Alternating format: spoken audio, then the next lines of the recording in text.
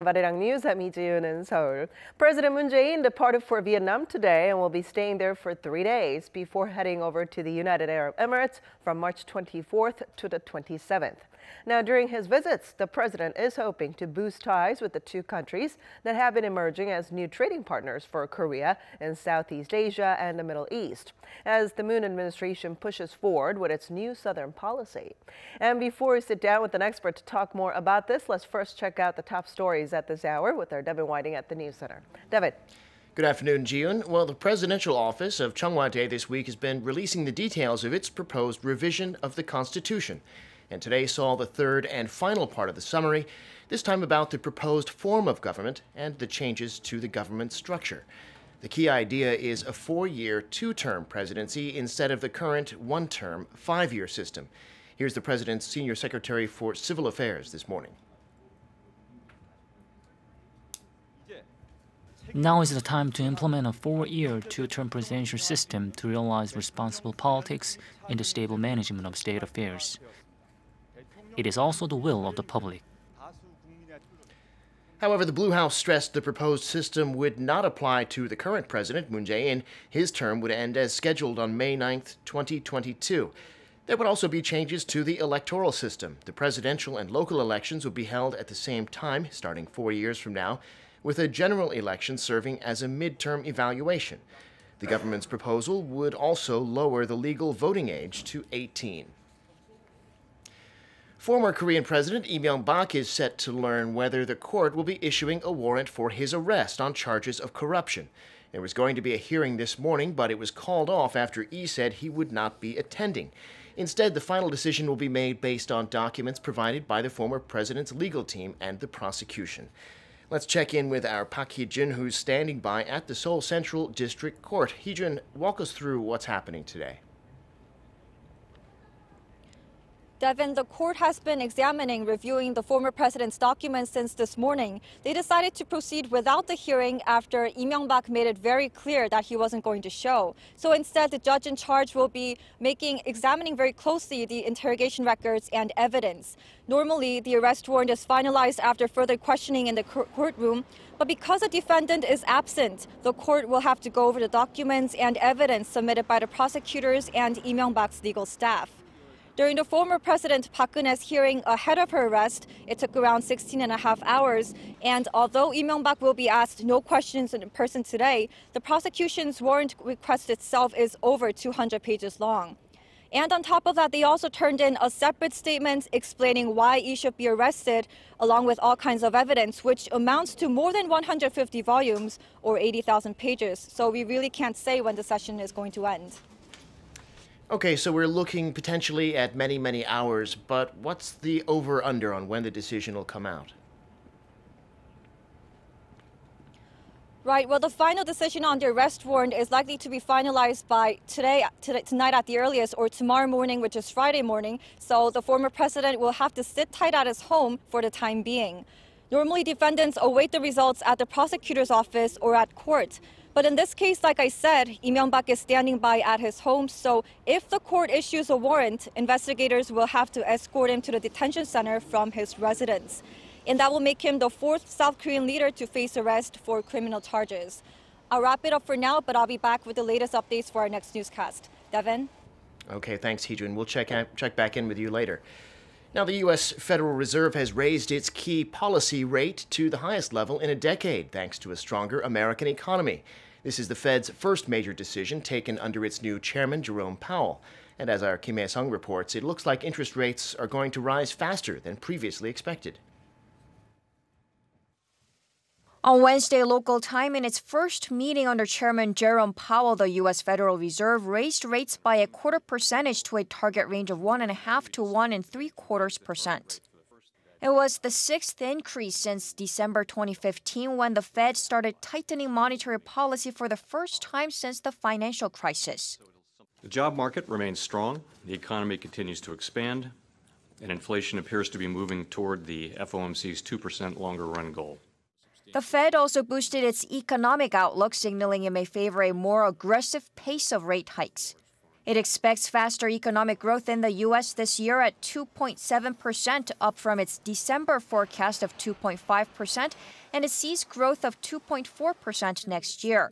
Policymakers continue to project a total of 3 rate hikes this year, but they sped up their plans for next year, calling for 3 more rate hikes instead of 2. Now, U.S. rates are higher than South Korea's for the first time in more than 10 years, and the Bank of Korea currently has its key rate at 1.5%. At an emergency meeting Thursday morning, BOK Governor Lee Ju-yeol said the central bank is ready to act to stabilize financial markets if necessary. But he added that the U.S. rate hike was widely expected and that it'll have little impact on the South Korean market, citing Korea's strong economic fundamentals and fiscal soundness. A short-term base rate difference between the U.S. and Korea will not trigger a sharp capital outflow given our economic fundamentals. But if the rate gap continues to grow, with the Fed expected to raise rates 3 times this year, capital outflow could happen. So the BOK is likely to raise rates this year 1 or 2 times. At the confirmation hearing for his reappointment Wednesday, BOK Chief Lee Ju-yeol said he would be cautious about the timing of any rate hikes, pointing to external risks like growing trade protectionism and domestic issues like the growing income gap, household debt, and subdued inflationary pressure. But if the Fed hikes rates again in June, the gap with South Korea could grow, so all eyes are on the BOK's upcoming monetary policy meetings, which are scheduled April, May, and July. 김혜성, Arirang News. Meanwhile, the United States is getting ready to roll out new anti-dumping duties on steel and aluminum, and it's been expected that those would hit South Korea. But now the U.S. has hinted that it could delay those tariffs, at least for a while, as the two allies renegotiate their free trade agreement. But Washington is planning even tougher trade measures against China, which could start a trade war. Kim Yo-sun reports. The Trump administration has signaled a possible delay on imposing steel and aluminum tariffs on some countries, including South Korea. Speaking at a House committee meeting on Wednesday, U.S. Trade Representative Robert Lighthizer said Seoul is in a similar position to Canada and Mexico, who will be excluded from duties, on the condition they successfully renegotiate the North American Free Trade Agreement, or NAFTA. His comments come as Washington and Seoul are working to refurbish their bilateral trade pact. As the anti-dumping duties of 25% on imported steel and 10% on aluminum are scheduled to take effect on March 23rd, Lighthizer added that the Trump administration aims to wrap up talks over exemptions by the end of April. Meanwhile, the White House is said to be planning a package of tariffs and other trade restrictions against China, according to the Wall Street Journal. It reports that such trade restraints on China, including tariffs on imports worth at least $30 billion, are part of a crackdown on Beijing's intellectual property violations. The tariffs, however, will not be imposed immediately, and the administration plans to make the final decision after collecting opinions from U.S. industry on which products should be subject to the duties. Also, as part of the package, Washington is likely to restrict Chinese firms from investing in the U.S. Kim Yo-sun, Arirang News. South Korea has sent an inspection team to the north to look at the facilities that'll be used in pop concerts set to take place in Pyongyang in early April. The team boarded a flight from Beijing and headed off to Pyongyang earlier today on the North Korean carrier Air Koryo. The 6-person team, made up of professional stage managers and government officials, will stay for 3 days and inspect the technical aspects of 2 venues, aspects such as lighting, stage, and sound. North Korea has agreed to hold 2 concerts. On March 31st, South Korea will be sending its 160-member troupe to Pyongyang to put on the first concert by South Koreans on North Korean soil in 13 years. I'm Devin Whiting, and those are your news headlines for this hour.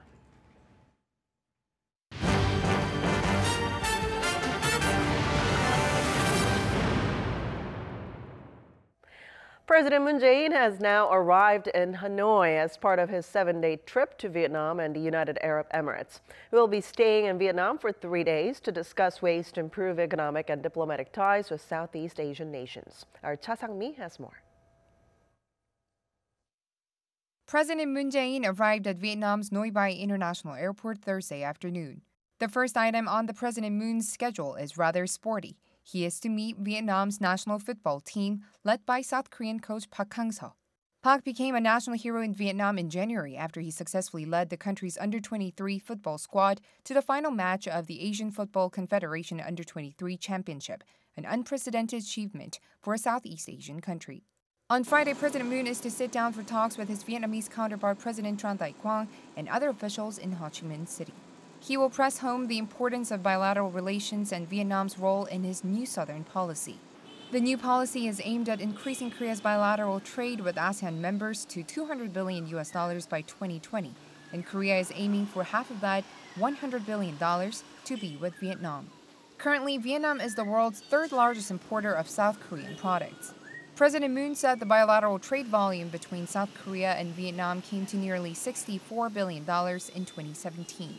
After 3 days in Vietnam, President Moon will head to the United Arab Emirates, where he will hold summit talks with the Crown Prince of Abu Dhabi. President Moon will be in the UAE for 4 days.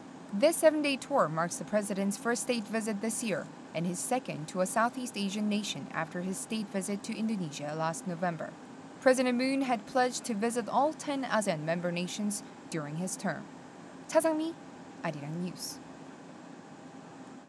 And to tell us more about President Moon Jae-in's visits to Vietnam and the United Arab Emirates, Dr. Bong Young-sik, a researcher at the Yonsei Institute for North Korean Studies, joins us in the studio today. So good to see you.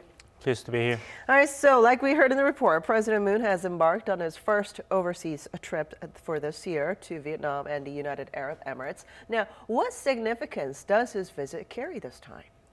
Well, judging from the destination of his official visits this time, it seems that the Moon Jae-in government is cranking up its initiatives to realize both new northern policy and new southern policy. The main purpose of new northern policy is, of course, denuclearization of North Korea, and the other one, the new southern policy, is to create and promote trust with people in Southeast Asian country as a strategic alternative partners of South Korea. So why did he choose Vietnam as his first destination? I mean, what does he expect to get from this visit? Well, this is not his first visit to Vietnam. Right. He made a visit last year on his way to the ASEAN summit meeting, which tells how significant Vietnam is to South Korea. First of all, ASEAN is very important for South Korea.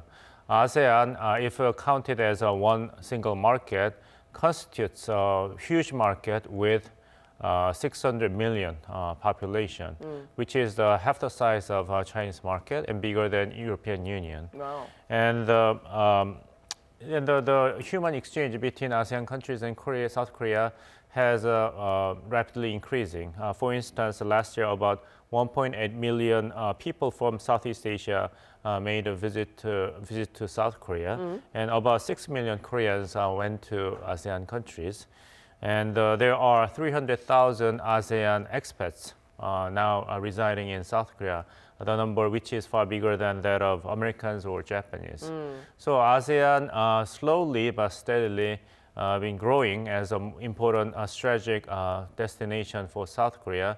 And this is very important in the era of global politics and economy in which more and more nations, including China and the United States, rather than separating politics and economics, trying to link politics and economics in order to increase their strategic leverage upon other countries, as exemplified by the case of the economic retaliation by China because of the THAAD controversy, and the Trump administration, going gung-ho with the America First, Right. protective trade and tying security partnership with its allies, with its trade policy with them.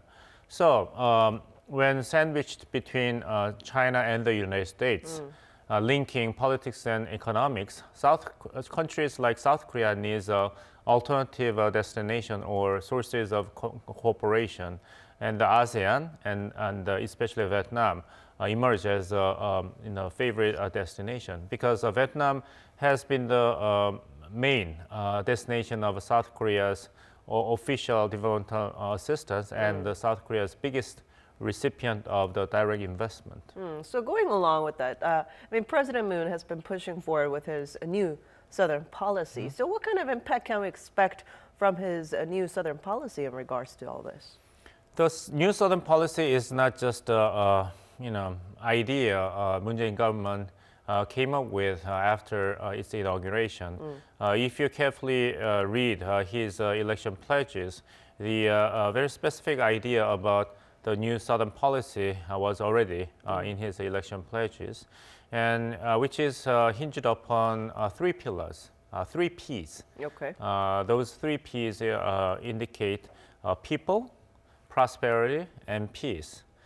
So the main goal of his visit to Vietnam is to cultivate people-to-people exchange and trust between the countries, and increasing the trade and the financial tie between the two countries.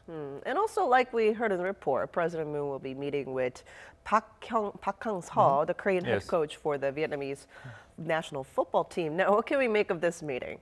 Well, it'll be a great scene. I mean, I actually watched the final game. Oh, you did? Right. Oh, okay. It was covered with the heavy snow, and unfortunately for Vietnamese soccer fans, Vietnam did not win the game. Oh, okay. But the aura of Park Hang-seo as a international hero, I would say, because he's not only hero in Vietnam, but also in South Korea, surged.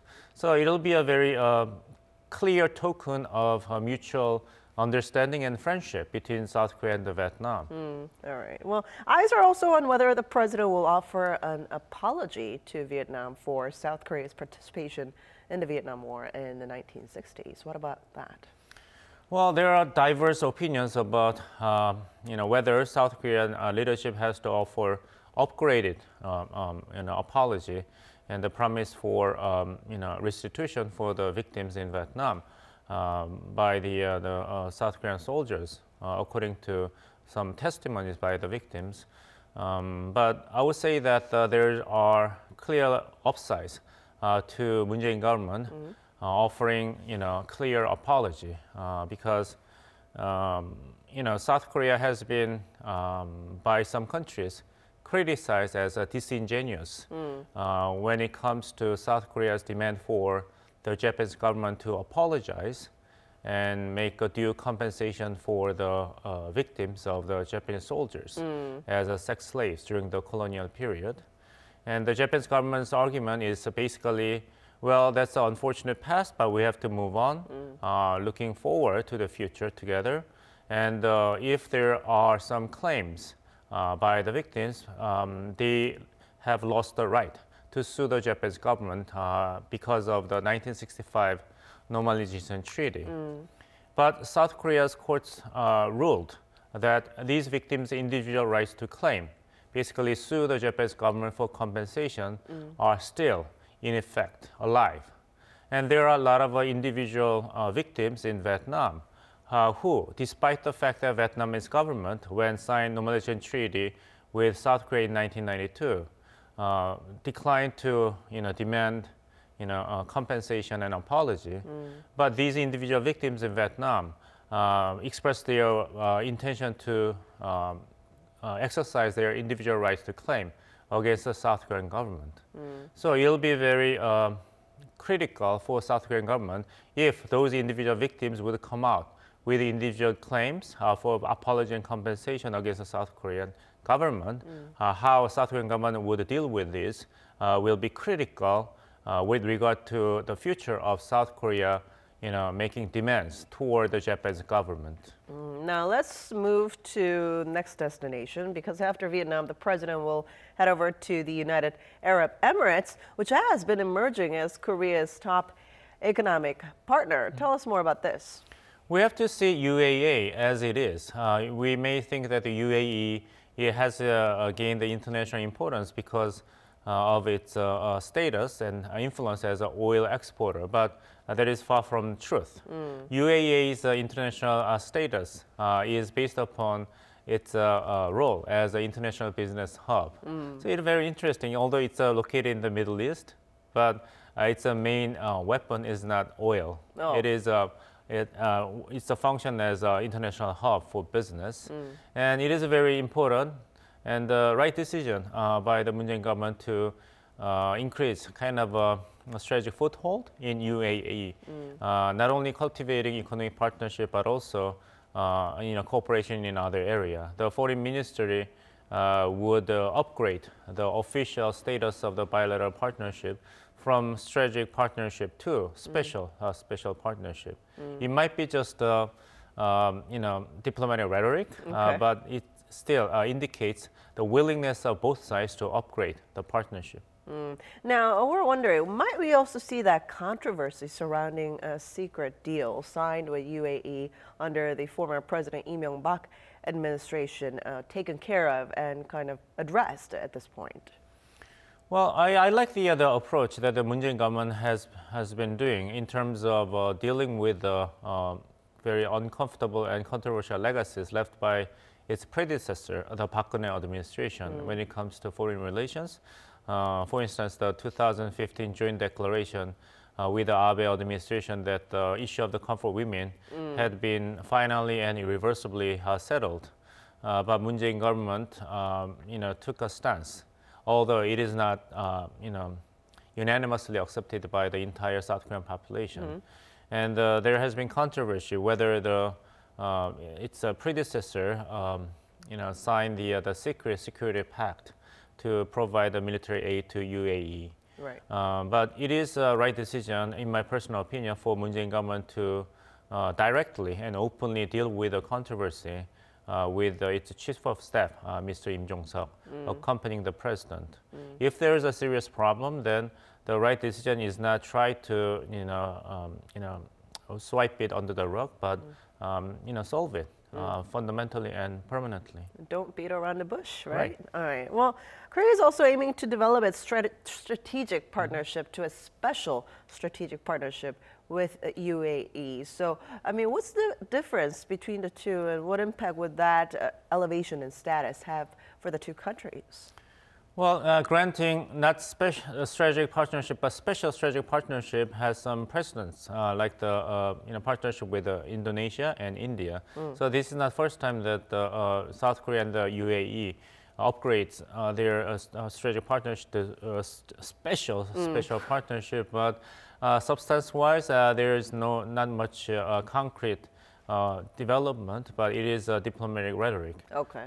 Now, several reports have been saying that President Moon's visits to the UAE have been focusing on mending the still strained ties between the two sides. And like you mentioned, Chief of Staff Im Jong-seok, who went with him back in December to UAE, is traveling with Moon again as a special envoy. So tell us more about this. Well, having Chief of Staff Im Jong-seok on board on this trip is another clear sign that President Moon Jae-in is really determined to, respecting and carrying out the principle of due process. We are living in the era of the internet and the WikiLeaks.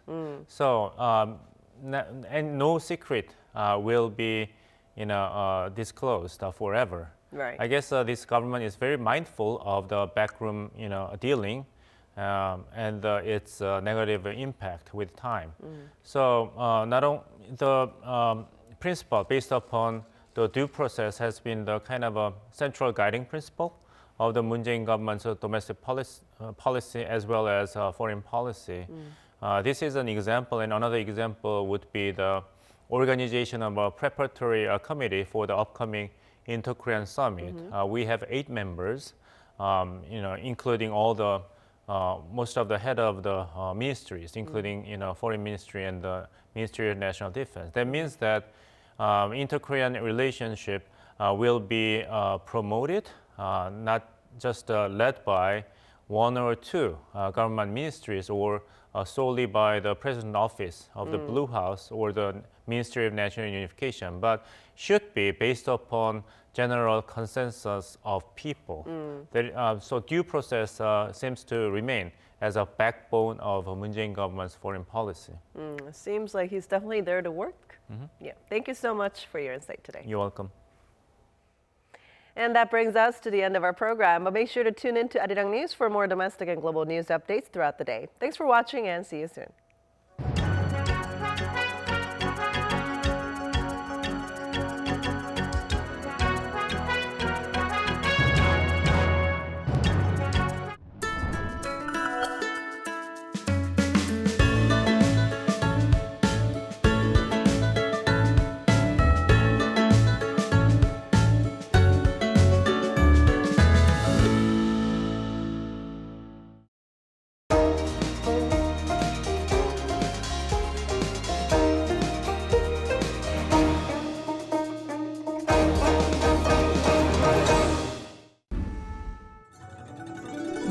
artifact with a special story displayed at the National Palace Museum of Korea. It is a silver tortoise-shaped seal kept inside a red box. The former owner of the seal, King Jeongjo, is said to have always carried the seal on his body, even when he was outside the palace. He carried it so often that the shoulder strap of the box developed a glossy sheen. The silver seal is called the silver seal of a devoted grandson. Let's go find out more about the special piece of history attached